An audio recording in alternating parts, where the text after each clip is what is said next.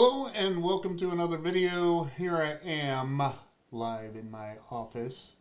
My trashed office. As you can see, there's lots of junk behind me. But anyway, today I wanted to talk to you about a video I saw that made me think about a few things. So, I don't know if you know Patrick Bet-David or not, but Valuetainment. I do watch some of their videos and pay a little bit of attention to them. I do like Patrick Bet-David. I think he is a pretty decent guy. So, but his video was about, and this was yesterday, was about a subject, tiny cars, where Trump is trying to get more people to build tiny cars. But one of the things in that video that kind of kicked in for me was the fact that trucks in 1980 were 4 feet shorter and 2,000 pounds lighter than they are now. So that's a huge difference. 2,000 pounds is a lot. Um, so, so I thought one thing else to do would be have a little conversation with ChatGPT. Um, so let's see what they have to say. So, were trucks different sizes than today's trucks from the 1980s until the present?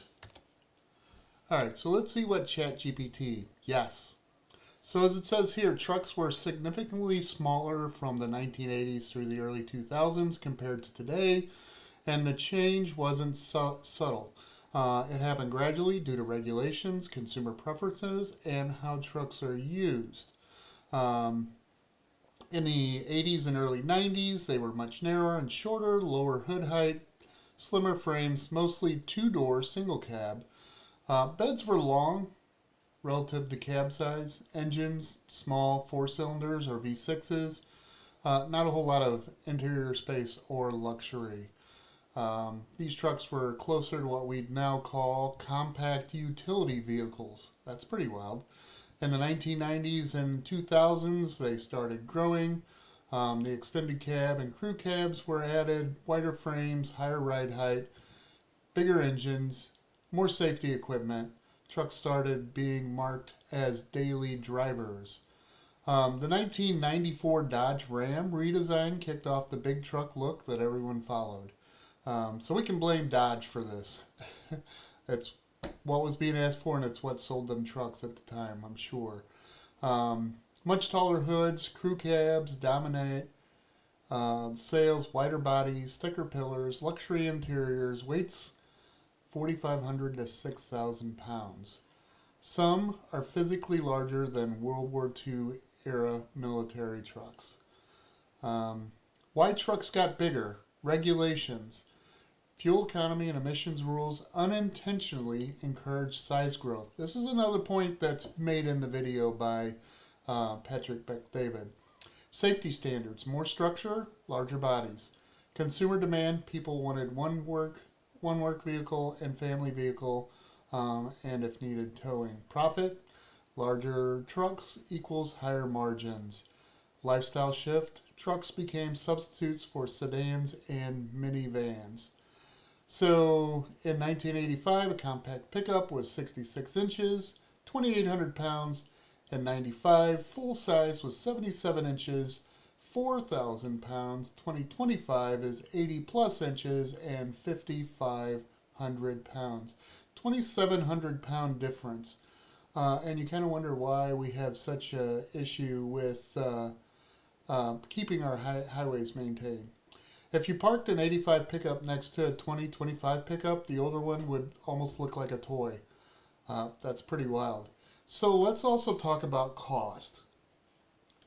What was the cost in the 80s versus now. Then also show what an 80s pickup would cost today. And yes, it's a guesstimate. Alright, so truck prices in 1980, F-150 was 57, in 85 it was 77, and then in 88, wow, that thing rose like really quick. Over 8 years it went up to 10,000. Once you adjust for inflation, so in 1980, if it was bought today, would be at 22. In 85, it would be 22,800. In 88, it would be 28,400. Today, just to look at it, 50,000 to 60,000 is pretty much, for me, as it says here, the base models. Luxury, you're looking at, 80 grand for a truck. Why the price gap exists? More technology, better performance and efficiency, bigger cabs, stronger frames, and consumer demand for trucks as primary vehicles, not just work tools. So as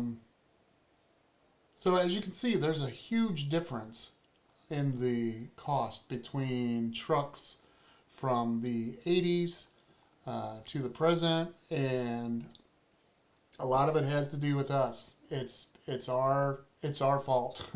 We want more stuff. I kind of feel like that's the same with houses as well. We want more stuff, and that's why a lot of the young people today are being priced out of buying new homes, buying new vehicles. The average cost is $750, I think. Let me ask ChatGPT what they say. What is the average cost of a new vehicle today? Also, give me the low and the high. Alright, so average price of a new vehicle is about $50,000. The lower priced ones are at 24, and the higher end is 100 to 130. What are the average monthly payments for each?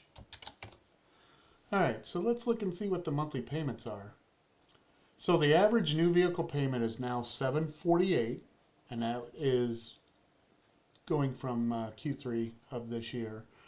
If a $25,000 new car is financed, 10% down, 6.5% annual percentage rate, 6-year loan, 72 months, your payment would be $387, which isn't terrible, but it's still extremely expensive.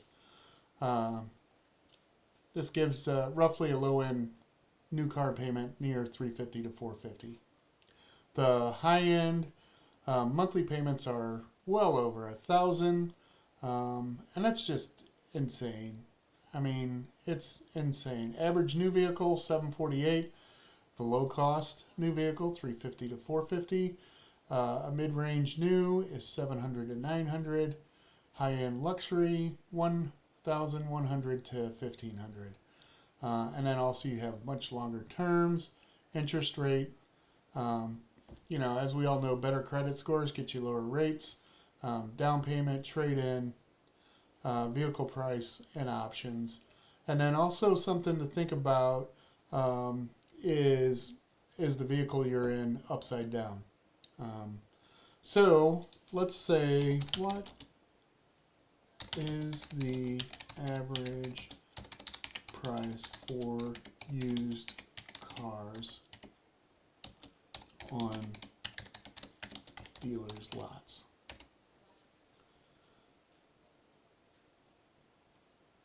So the average used car is $25,500 to $2,600 basically.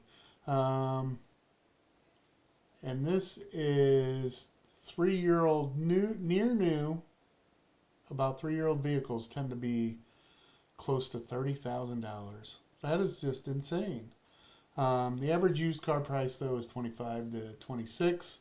And prices were kind of really weird in the pandemic. I had a Nissan and a Rogue and took it in for some service.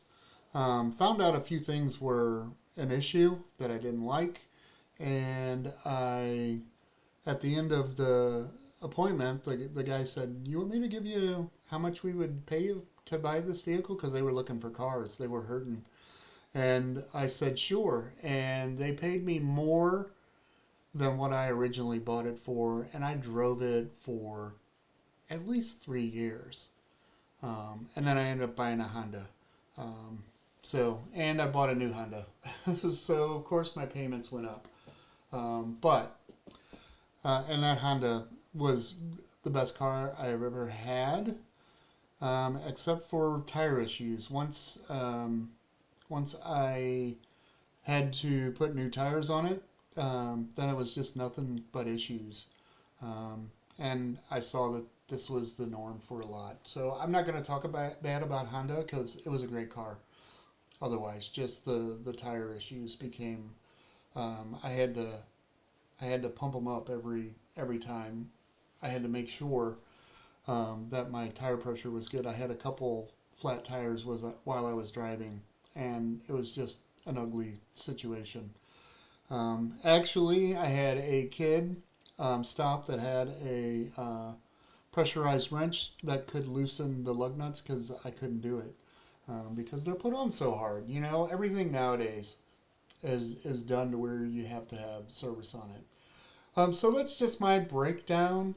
I hope you like this kind of video. Just, me and you talking. And we're all in the same boat right now. Everything's way too expensive. Payments are insane. We as people are on the short end of the stick compared to big business. And that's because big business rules everything. So that's going to do it for this one. Please do me a favor, like and subscribe. Pass this on.